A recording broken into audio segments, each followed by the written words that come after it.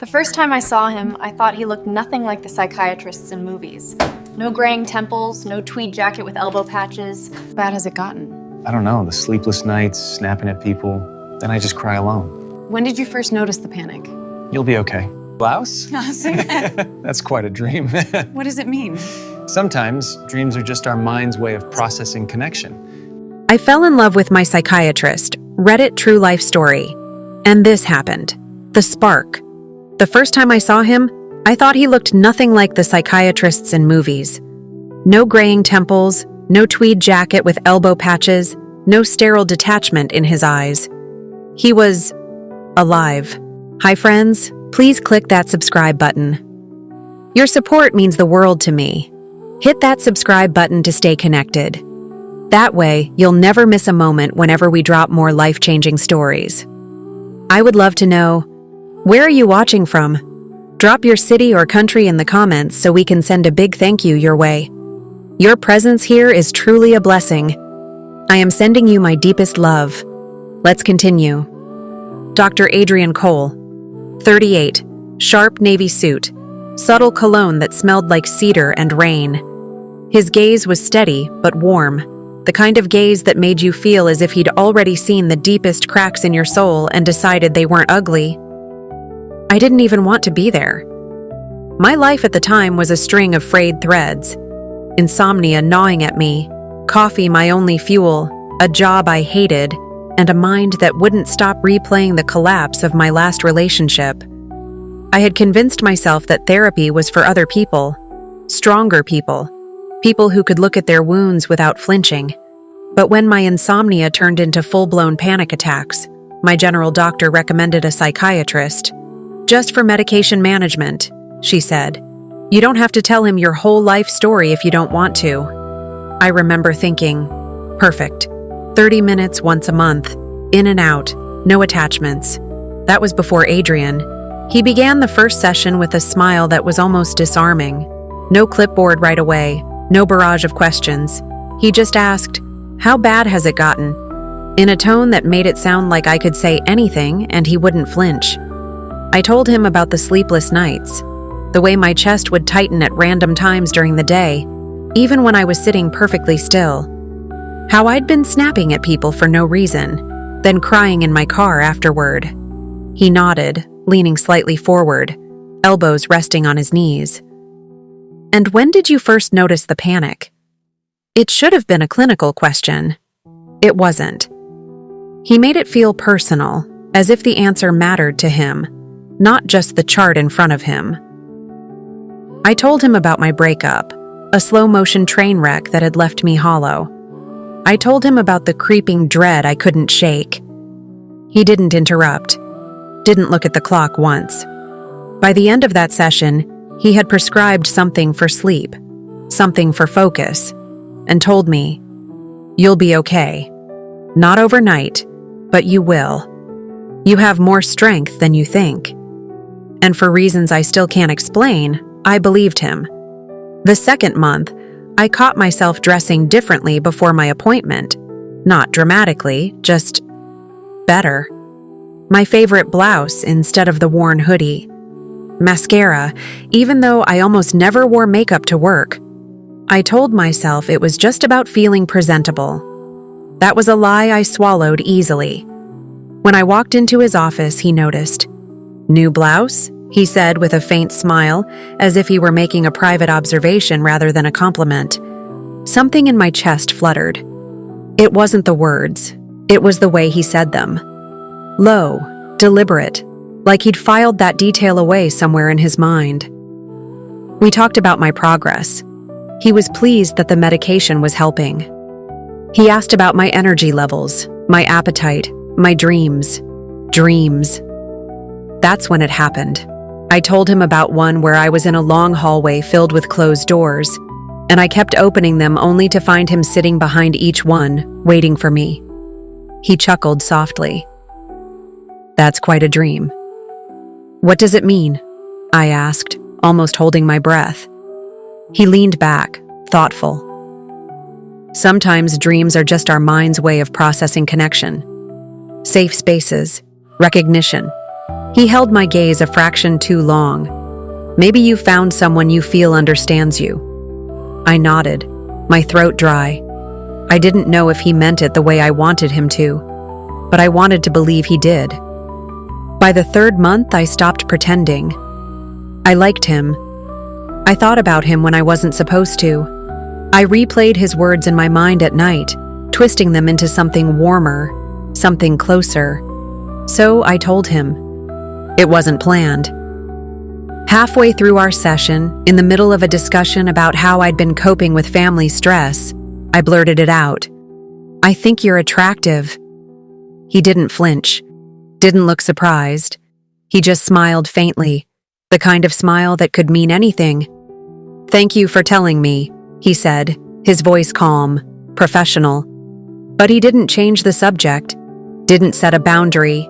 He just let it hang there. That was all the permission I needed. Over the next few sessions, I told him more. That I liked his voice, the way it dropped when he said my name. That I thought about him between appointments.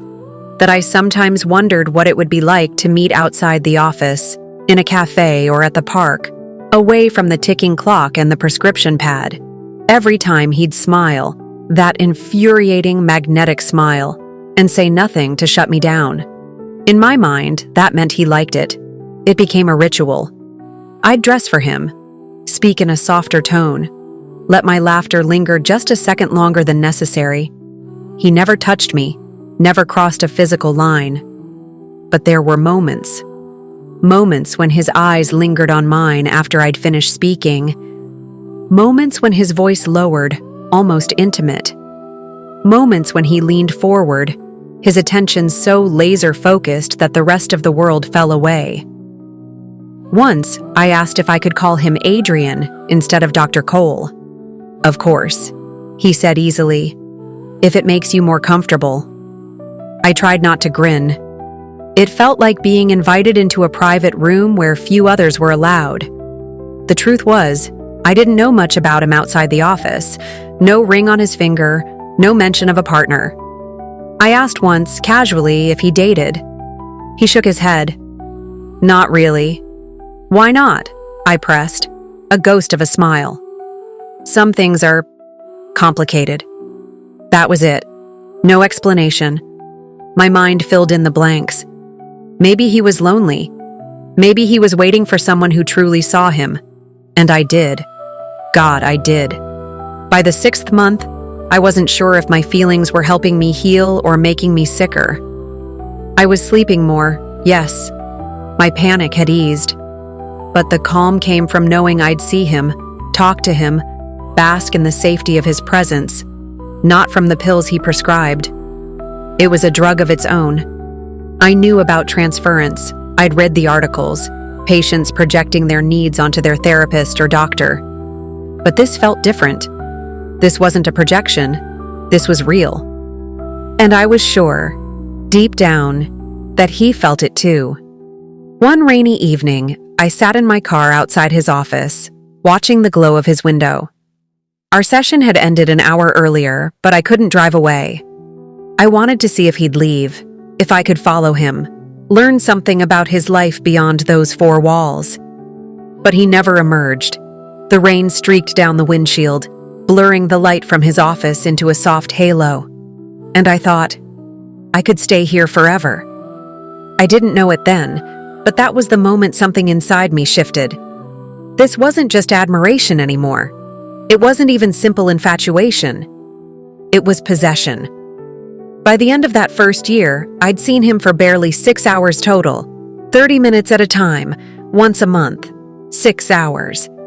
And yet he occupied every spare thought I had. I told myself it was harmless. I told myself he wanted it. I told myself I was brave for feeling this way. I didn't tell myself the truth. Not yet. The obsession. It started with the glasses, not mine. His. They were a deep amber tortoise shell, rectangular, perched low on his nose when he reviewed my chart. The first time I saw them, I told him they made him look distinguished. He chuckled and said, "These are my favorite pair." That was all I needed to know. The next week, I went online and ordered an almost identical style. Oversized, thick-framed, the kind that drew attention to your eyes. When they arrived, I tried them on in the mirror, imagining his reaction. I wanted him to notice. I wanted him to remember. When I wore them to our next session, he glanced up from his desk and smiled, just for a second, before resuming his notes. It was so subtle most people would have missed it. I didn't. That smile kept me awake for nights. It wasn't enough anymore to wait for our monthly appointments. I wanted more time, more intimacy, more proof. So I found ways to bridge the gaps. I'd send him carefully crafted emails under the guise of updates on my medication, just to get a reply. I'd ask about side effects I didn't have, symptoms I invented, anything to keep the thread alive. Sometimes his replies were clinical and short. Sometimes they were warmer, more personal. I memorized those ones. I began tracking his schedule, when he responded fastest, when his replies were delayed. I learned that he usually checked emails between 8:30 and 9 a.m., and again late at night, after 10 p.m. That late-night detail was dangerous. It meant he thought of his patients outside office hours. It meant in my mind that maybe I wasn't just another file in his cabinet.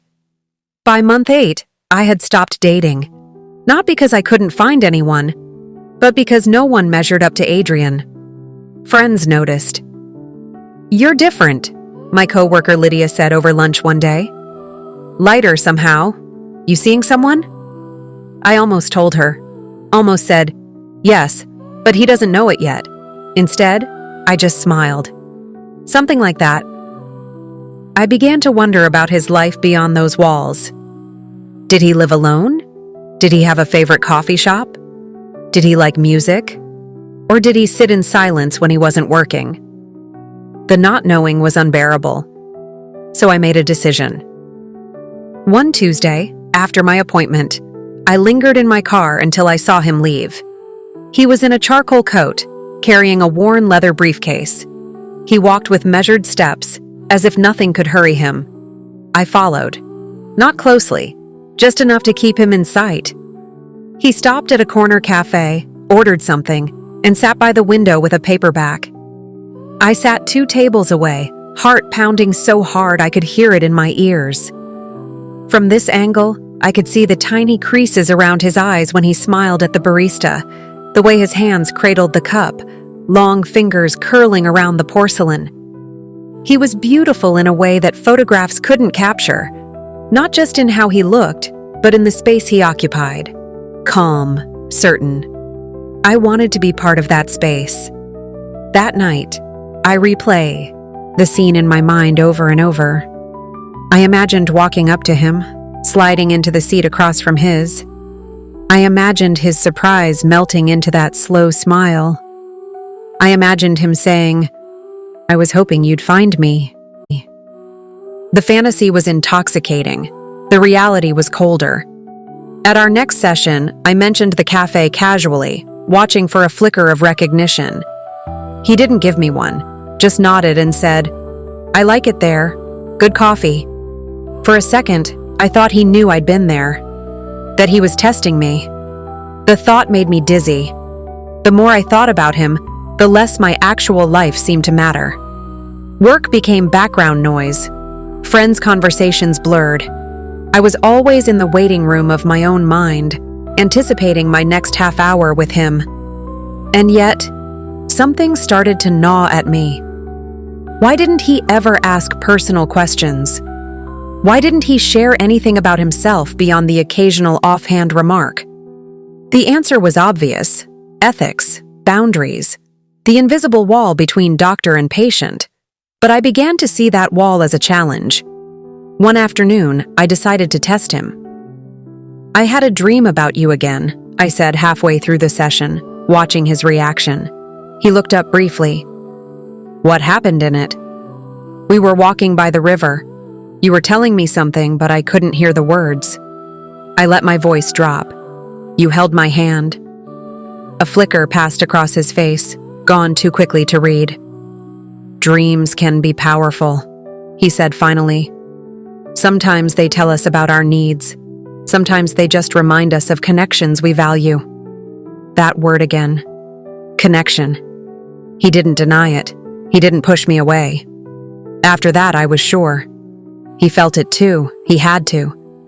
But the certainty was a double-edged blade. If he cared, why didn't he act? Why didn't he ask to see me more often, even socially? Was he afraid? Did he think it was wrong? The idea that ethics might be the only thing holding him back made my desire burn hotter. Then came the moment that sealed it. We were discussing my anxiety, and I admitted that I'd been feeling calmer lately. Mostly because I look forward to our sessions, I added. He smiled, the kind of smile that didn't belong in a clinical room. I'm glad they help. No, I said quietly. You help. His eyes softened, and for a heartbeat, it felt like the room tilted toward me. That was it. That was proof. I began keeping a notebook I called the Adrian file. Every time he said something that could be interpreted as personal, I wrote it down. Every smile, every glance, every comment about my appearance. I underlined the ones that made my chest ache. I told myself I was collecting evidence. For what? I didn't know. Maybe just to remind myself that this was real, that I wasn't imagining it. Around this time, I stopped taking my medication consistently. I didn't want my mind dulled. I wanted to feel every pulse, every spark when we spoke. I wanted the intensity. The panic attacks came back, the sleepless nights too. But even that felt like a small price, because every time my chest tightened and the world narrowed, I thought of him, and the thought steadied me. My friends began to notice the change in my habits. I skipped gatherings. I stopped answering calls promptly. I claimed I was focusing on my mental health, which wasn't entirely untrue. I was focusing on it through him. One night, Lydia confronted me. This isn't just therapy for you, is it? She asked, her eyes sharp. I froze. What do you mean? You light up when you talk about him. You don't even say, my psychiatrist anymore. You just say, Adrian. I laughed it off, but the truth lodged like a shard under my skin. If she could see it, others could too. I didn't want them to. Not yet. The turning point came in month 11. I asked him directly, do you ever think about me outside of our sessions? He hesitated, just long enough to make my pulse hammer, and said, I think about all my patients. It was the right answer, the safe answer. But I didn't believe it. I believed he thought about me more. That night, I lay in bed staring at the ceiling, adrenaline prickling under my skin. I wanted more. I needed more. The waiting was unbearable. The not knowing, worse. I decided that if he wouldn't cross the line, I would. The spiral. By the third month, my appointments weren't about healing anymore. They were about him. I still told myself I was working through my issues, but the truth was, every week, I found new reasons to be in that dimly lit office with its soft leather chairs and faint smell of cedarwood. The air always felt heavier there, like it held onto our words, trapping them in invisible jars. I imagined rows of those jars on some hidden shelf in his mind, each one with my name written in tiny, perfect script. He never crossed the line physically, but it was the in-between things that kept me coming back. The way he would tilt his head when I spoke, as if my words were the most important sound in the world. The way his voice softened whenever he said my name, Elena. I started writing it in my journal at night, over and over, as if the letters themselves held magic. The first slip. It happened on a Tuesday. I had rehearsed something in my head all week, a confession, not of love, but of need. I think about you when I'm not here, I told him. My voice was light, almost playful, but underneath it, my heart was thrashing like a wild thing. He didn't flinch. That's not uncommon, he said evenly. Therapy can stir strong emotions. It's part of the process. Part of the process. The phrase felt like a dismissal, but also an invitation. It meant there was a process, a path, and maybe if I kept walking it, we'd reach something more. Shifting the sessions. I began wearing lipstick to our appointments. At first, just a pale pink, then deeper reds. I watched for his reaction, subtle as a shadow, an extra second of eye contact, the faintest twitch at the corner of his mouth. I told myself I wasn't imagining it.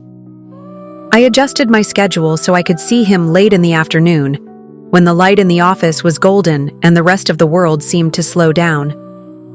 I lingered after our hour was up, pretending to gather my things. Sometimes I asked unnecessary follow-up questions, anything to keep him speaking to me. The journal he didn't know about.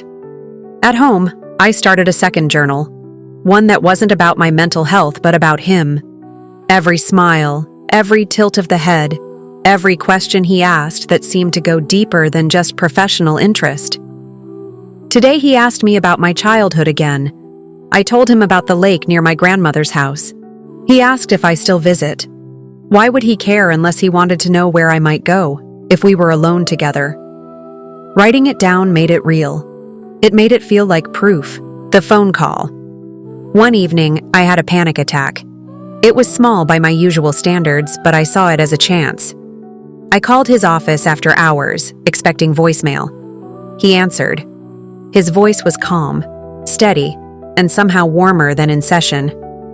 "Elena, what's going on?" I told him I couldn't breathe, that the walls felt too close. He talked me through a grounding exercise, told me to focus on my hands, my feet, the chair beneath me. When my breathing slowed, I didn't want the call to end. "Thank you," I whispered. "You're the only one who makes me feel safe." There was a pause. "Elena," he said, "we need to keep these boundaries. I'm here for you during sessions, and if it's an emergency—" "This was an emergency," I interrupted. My voice broke, and I hated how desperate I sounded. Another pause. "Okay," he said softly. "We'll talk about it next time." Rewriting his words. By the time our next session came, I had replayed that phone call at least 50 times in my head. I had changed his pauses into longing silences, his careful tone into quiet affection. In my mind, he was as trapped as I was, bound by rules he couldn't break, but wanting to. I told him I felt closer to him than to anyone else, that I trusted him more than my own family. His eyes flickered. Guilt? Concern? Desire? I chose desire. I always chose desire. The dream. The first dream came one Thursday night.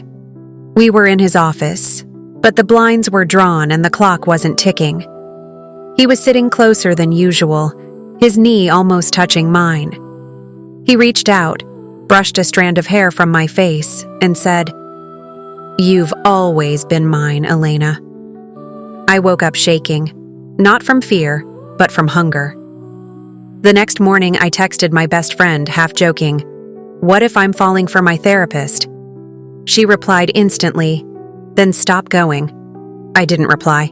I wasn't looking for advice. I was looking for permission to keep going. Cracks in the glass. By month 5, I was losing track of what I had told him and what I had imagined telling him. I started avoiding other relationships, even casual friendships, because they felt pale compared to what I thought we had.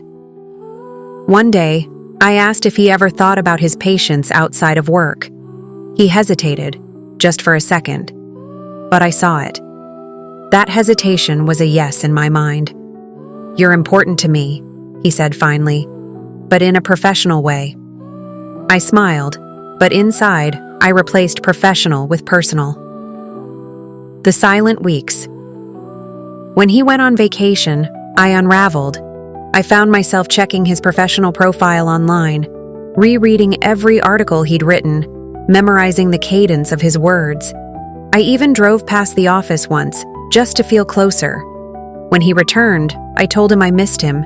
He nodded, professional mask back in place. "It's normal to feel that way when there's a break in therapy," he said.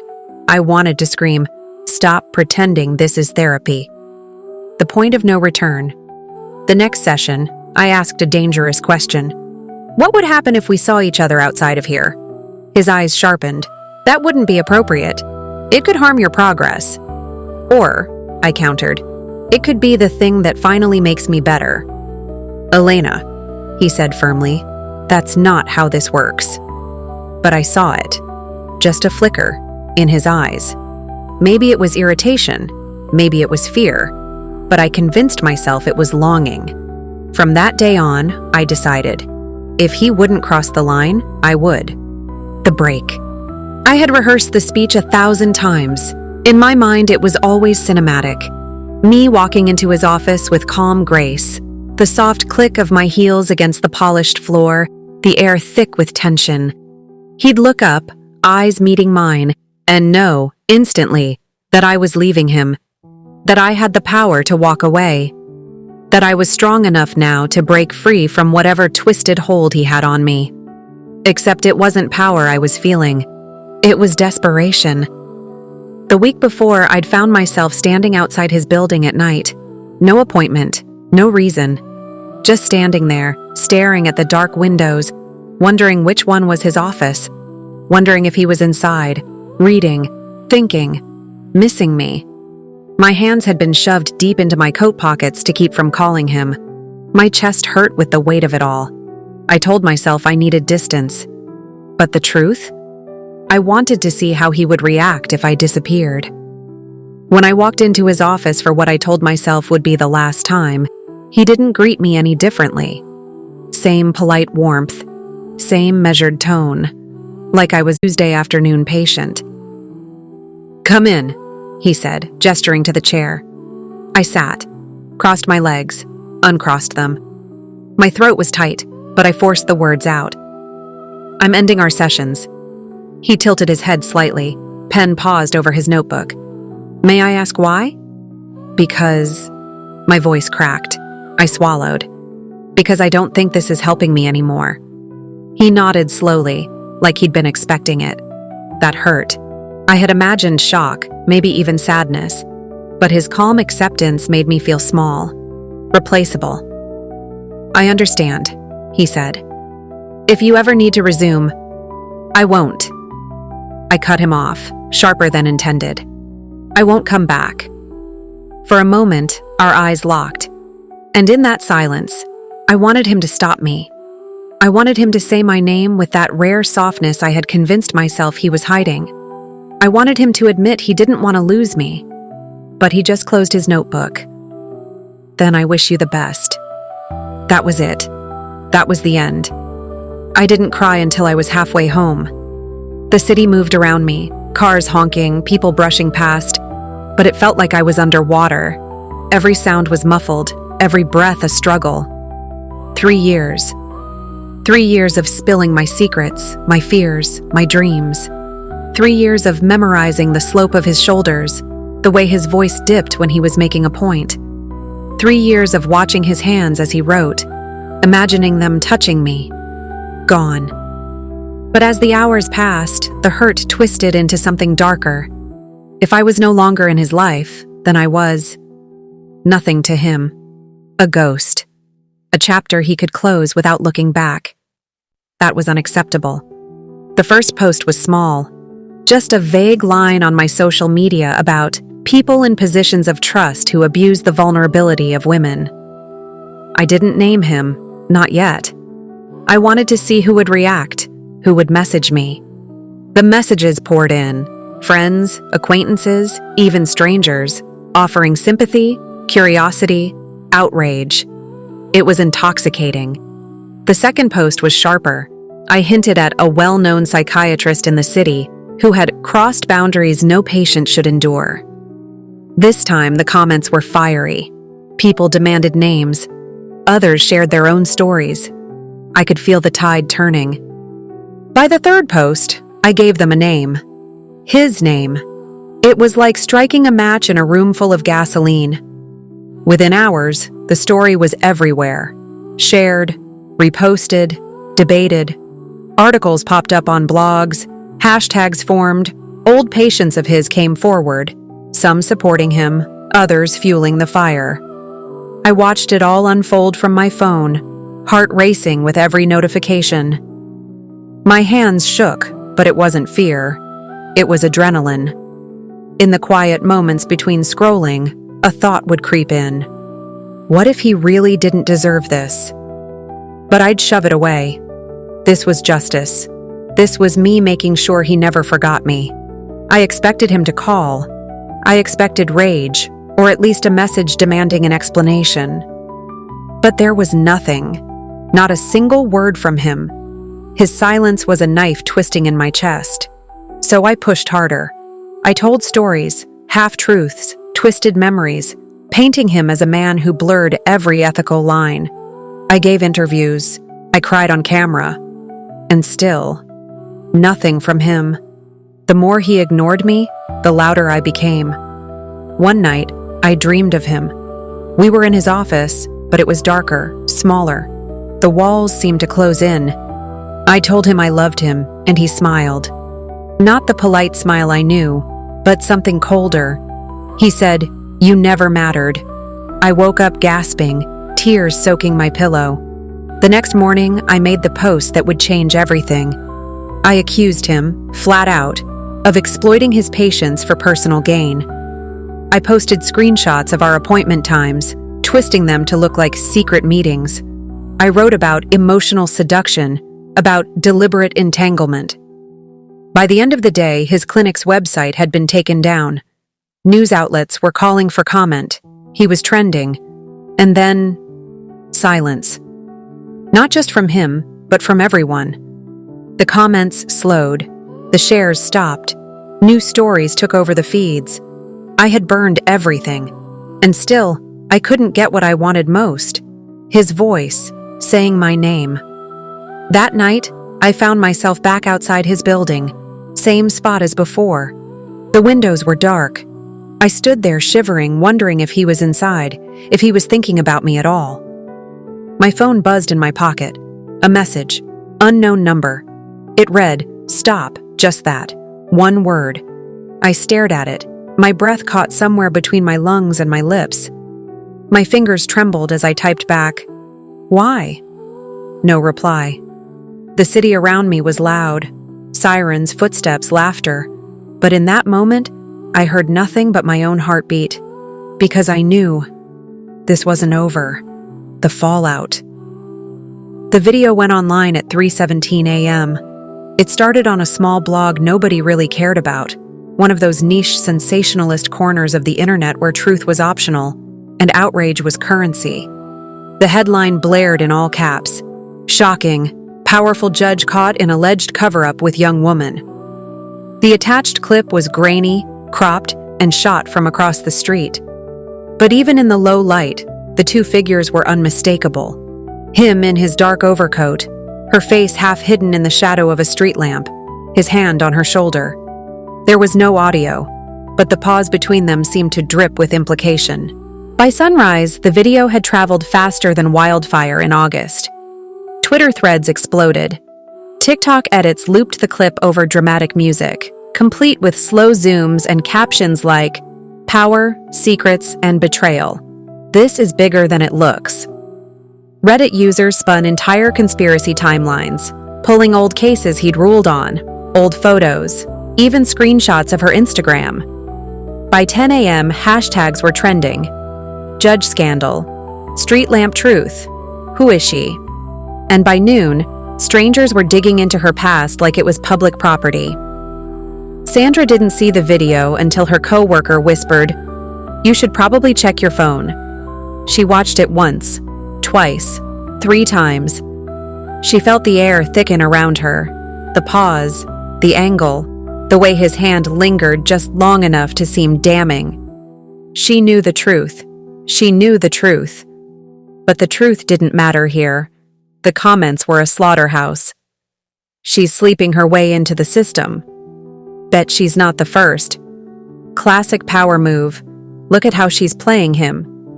Her hands shook as she locked her phone, but the voices were already in her head. He, on the other hand, said nothing. No press statement. No social media post, not even a cryptic text. He kept walking into court like nothing had happened, robes crisp, face unreadable. The silence was infuriating. Didn't he understand? The internet wasn't just talking, it was deciding. Every hour he stayed silent was another hour the verdict tilted against them both. Sandra called him. Voicemail. She texted. No reply. She even waited outside the courthouse one afternoon, only for him to sweep past her like she was just another journalist with a mic. It felt less like he was protecting her, and more like he was letting her drown to see if she'd sink or swim. The unraveling began quietly. First, the stares at work. People looked at her like she was an object of fascination, a living meme. A co-worker accidentally sent the video to the office WhatsApp group with the caption, "Look familiar?" Then came the calls from family. Her mother's voice was tight, like holding glass in her throat. "Sandra, please tell me this isn't what they're saying. Please." Old friends resurfaced, not to comfort her, but to ask for her side, the way people did when they weren't looking for truth, just gossip to pass along. The isolation was worse than the hate. The worst blow came a week later. She had just come home from work, hood pulled low, sunglasses hiding her puffy eyes. Her landlord was waiting at her door, a folded envelope in his hand. "It's nothing personal, Sandra," he said, "but some of the other tenants, they're concerned about the attention." An eviction notice. 30 days. By the 10th day, she had stopped eating much. Sleep came in fragments, 20 minutes here, an hour there, never deep enough to escape the sound of notifications buzzing from across the room. Sometimes she swore she heard voices outside her window. Once, she was sure someone was taking photos of her from a parked car, though when she ran outside, the street was empty. She began wondering if this was what he wanted, to watch her fall apart. Maybe she'd been naive all along, thinking he was some silent protector. Maybe the silence was the truth. The final twist began with a knock. It was late, maybe 11 p.m. The kind of hour where knocks feel heavier, sharper. She hesitated at the door, listening. Another knock. When she opened it, he was standing there. No robe, no courtroom mask, just a man in a dark sweater. His hair slightly disheveled like he'd been walking for hours. He stepped inside without asking, shutting the door softly behind him. For a moment, neither spoke. Finally, she broke. "Why didn't you say anything? Why are you letting them destroy me?"